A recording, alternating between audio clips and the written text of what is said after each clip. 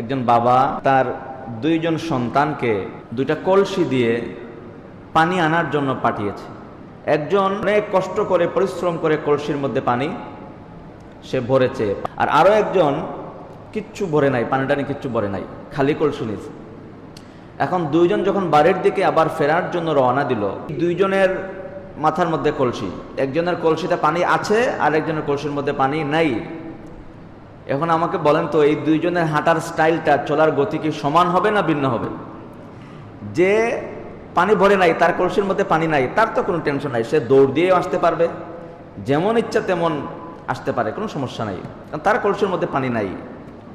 কিন্তু যে ছেলেটা কষ্ট করে কলসির মধ্যে পানি দিয়ে ভর্তি করেছে, সে যদি দৌড় দেয়, সে যদি যেমন ইচ্ছা আসে, অসতর্কতা বশত পা ফেলে, তাহলে সম্পূর্ণ পানি পড়ে যাবে, তার কষ্টগুলো বেকার হয়ে যাবে। এজন্য তাকে পা ফেলতে হবে অত্যন্ত সতর্কতার সাথে। তো যে রমজান মাসে কোনো ইবাদত করে নাই, গতানুগতিক কাটিয়ে দিয়েছে, রোজা, নামাজের খবর নাই, কোরআন তিলাওয়াত, তাহাজ্জুদ, জিকির আজকার কিচ্ছু করে নাই, তার তো সমস্যা নাই, রমজান আসলেই কি না আসলেই কি। কিন্তু আপনি তো রমজান মাসে সারা মাস রোজা রেখেছেন, আপনি তো তাহাজ্জুদ পড়েছেন, আপনি তো কোরআন তিলাওয়াত করেছেন, আপনি তো জিকির আজকার করেছেন, আপনি তো দান সদকা করেছেন, আপনি তো ফিতরা দিয়েছেন, আপনি তো অনেক ইবাদত রমজান মাসে আপনি করেছেন, আপনার পুঁজি জমানো।